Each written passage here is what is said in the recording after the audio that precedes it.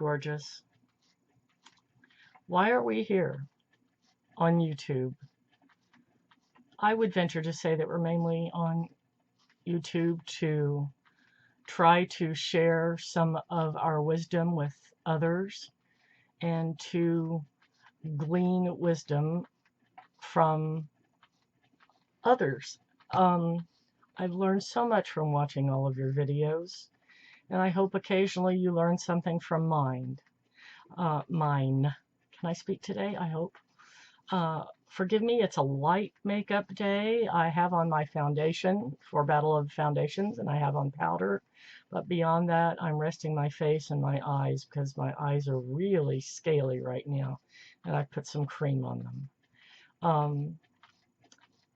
Our beloved little poet, Susan, tagged me to do the parent tag. And this is going to be perhaps not what she expected. I don't know. I will list her video below, and I urge you to go see it because it, as all of her videos, is absolutely beautiful. Question number 1 in the parent tag. How many children do you have? I have 0 children. Although starting at age 33, I did raise a stepdaughter for a while until her adulthood. Number 2, did you have your children at the right time? I got married sort of late. I got married when I was 33, and my ex-husband, my husband at the time, his first wife had almost died in childbirth, so they felt it advisable for him to get a vasectomy. And he did so, never anticipating that he would be divorced. But some years later, they did divorce, and so he came to me pre-neutered.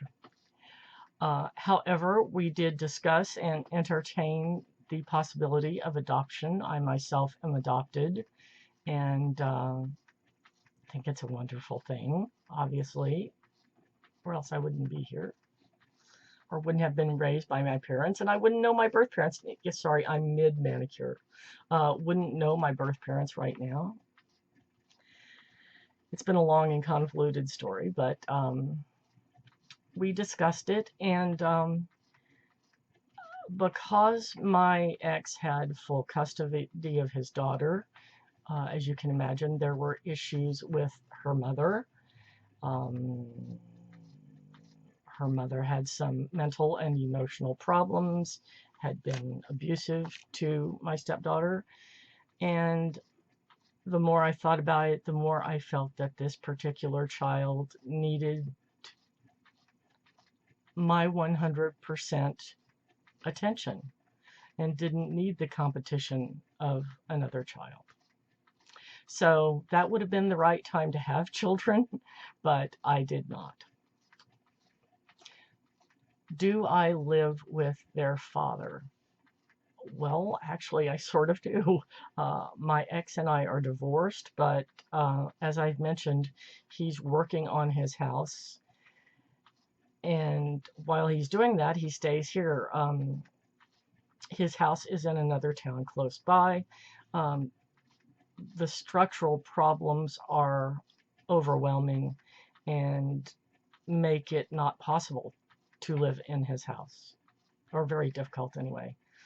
So yes, he does live there, but he lives here part of the time. He's back and forth a lot, to the extent that I've decided that the sofa is no good for him, and that's why I am changing this into a girl cave, so that he can have his own room in there and I can have my own room in here. So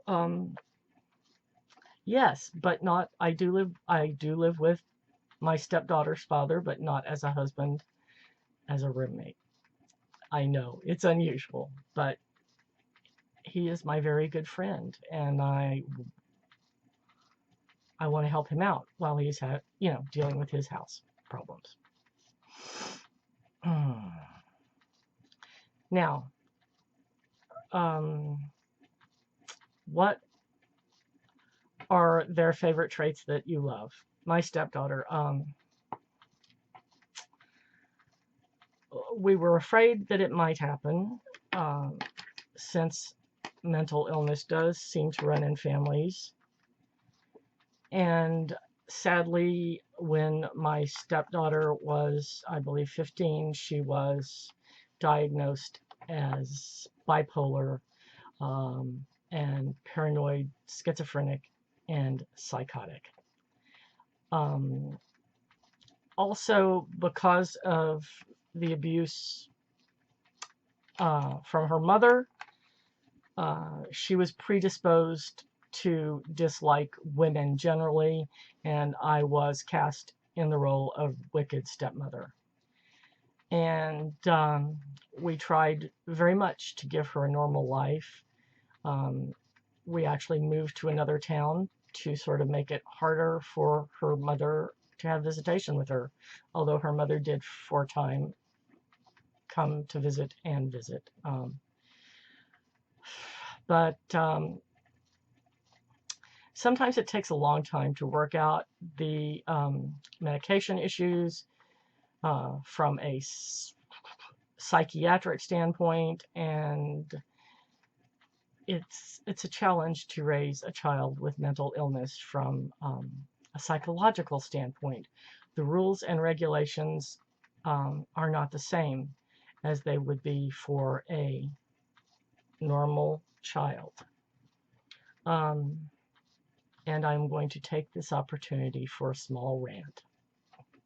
Sorry, Susan. I'm sure this is not what you anticipated. As you know, I am from Houston, and as you know, I have a theater background. In big cities, it's not uncommon for a woman to put off childbearing until their 30s, or if a woman has a career that she is really involved in, perhaps put off having children at all. So I was not regarded as strange, even when all of my girlfriends did start having children. I was at all the various, what is it you have when you're going to have a baby? Party to give gifts. I forget what they're called, but I was, at all those. And I was rubbing tummies and holding babies, and nobody really gave it any thought that I didn't have any. But when I moved to Mississippi in 1999,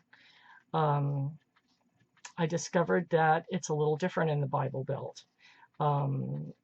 Most people here seem to be married within a year of graduating from high school, and I was seen as an aberration, if not an outright pariah. So here's my bit of advice to any of you who have lady friends who don't have children. You probably don't know why they don't have children, and don't treat them like they're pariahs or they have the plagues. Involve them in your children's lives. Let them hold the baby. They're not going to drop the baby or pass some disease along to the baby. And then one other thing. If you have a friend who has a child who is mentally ill,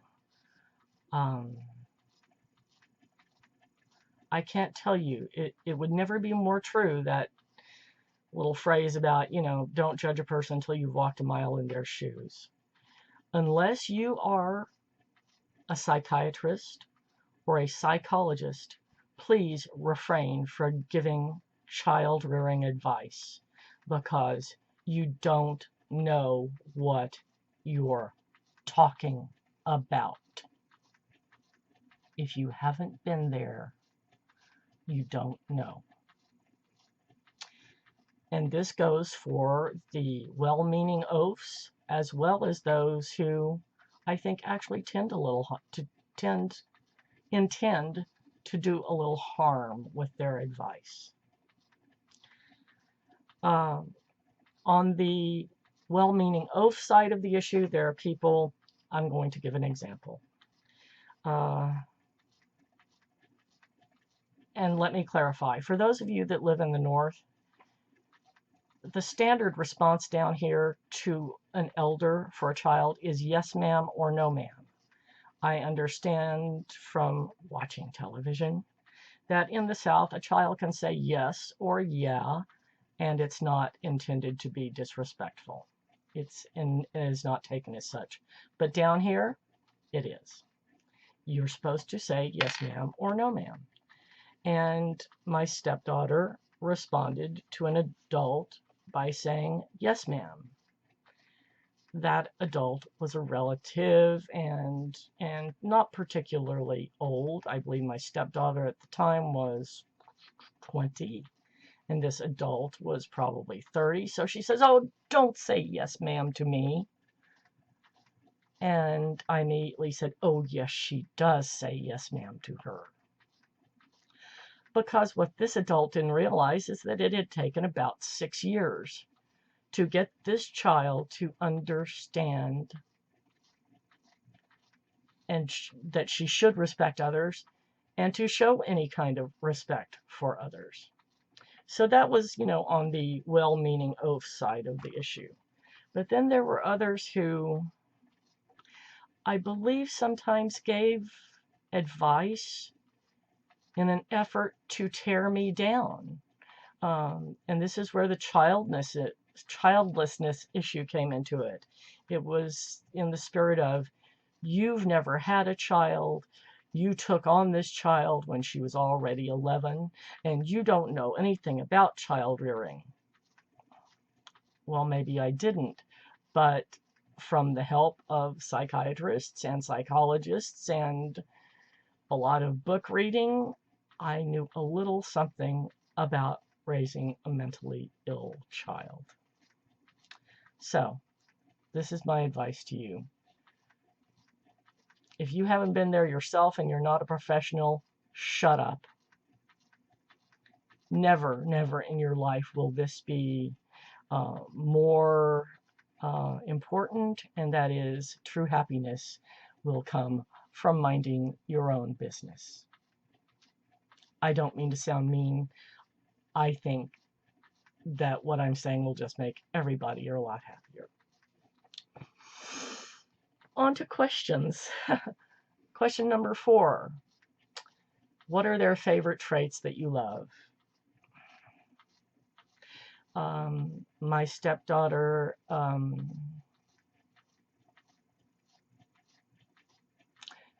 was very creative. I love that about her. And I love that she tried back in those days. Right now I couldn't say. Tried very hard to stay on her medications. And that counts for a lot because her mother didn't, and that's why her mother was abusive and out of control. Number 5, if you hit the lottery, what would you buy them? I would buy her sanity. Sadly, that can't be bought. But if I could, I would. Number 6, how do you want them to remember you? This child, foolishly, after many years living here and there in California, has returned to her mother, the person who made her life so miserable to begin with. And I do not believe, although I'm not certain, that she's on her medication.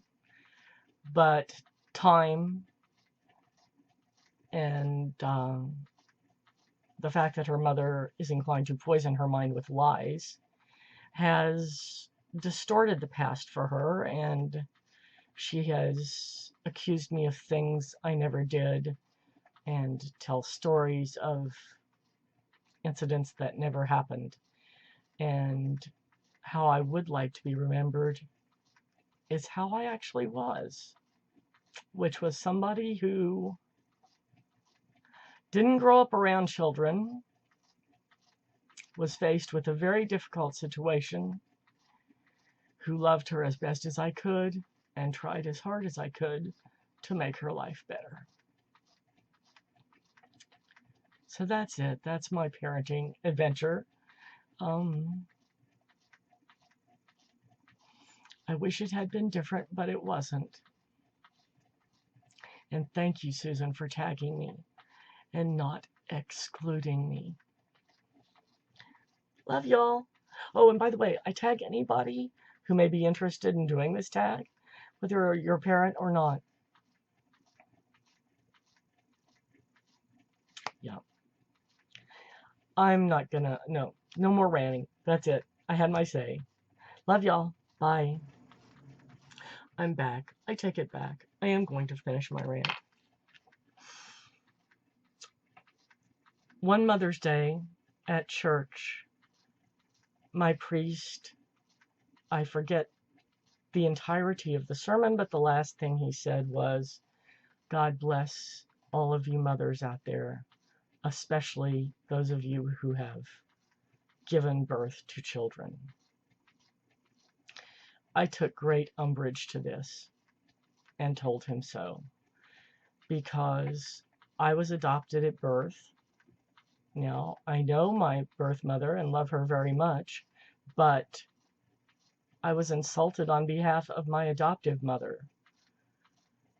who could not have children and wanted nothing more than to have children, and was fortunate enough to adopt me, and who loved me with all her heart and raised me well.